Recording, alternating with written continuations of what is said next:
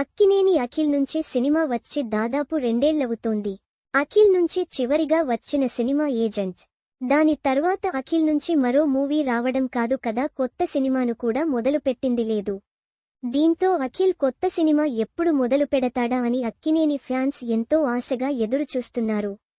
ఎన్నో స్క్రిప్టులు విన్న తర్వాత అఖిల్ వినరో భాగ్యము విష్ణు కథ డైరెక్టర్ మురళీ కిషోర్ అబ్బూరు చెప్పిన కథకు గ్రీన్ సిగ్నల్ ఇచ్చి రేపటి నుంచి ఆ మూవీని సెట్స్ పైకి తీసుకెళ్లనున్నాడనే విషయం తెలిసిందే. పాన్ ఇండియా లెవెల్లో రూపొందుతున్న ఈ సినిమా కోసం లెనిన్ అనే టైటిల్ను చిత్ర యూనిట్ పరిశీలిస్తున్నట్టు సమాచారం. అయితే ఈ సినిమా ఇప్పుడు మొదలైతే ఎప్పటికి రిలీజవుతుందో అని భావిస్తున్న టైంలో మూవీ రిలీజ్ గురించి ఓ ఇంట్రెస్టింగ్ బజ్ వినిపిస్తోంది. మార్చి 14 నుంచి మొదలు కానున్న ఫస్ట్ షెడ్యూల్ను 20 రోజుల పాటు గ్యాప్ లేకుండా చేసి 50% షూటింగ్ను పూర్తి చేయాలని చిత్ర యూనిట్ ప్లాన్ చేసుకుందట. సినిమాలోని అధిక భాగం షూటింగ్ తెలుగు రాష్ట్రాల్లోనే జరగనుందట.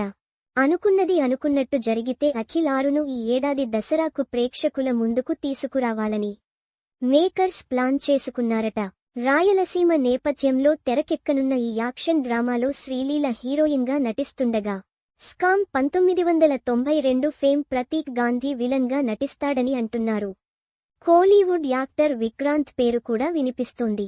అఖిల్ ఇప్పటివరకు టచ్ చేయని జానర్లో ఈ సినిమా ఉండబోతుందని, మంచి ఎమోషన్తో కూడిన లవ్ స్టోరీగా అఖిల్ 6 రూపొందనుందని తెలుస్తోంది.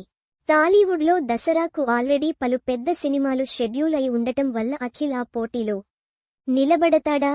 అసలు అనుకున్న టైంకు షూటింగ్ పూర్తి చేయగలరా అనేది ఇప్పుడు ప్రశ్నగా మారింది.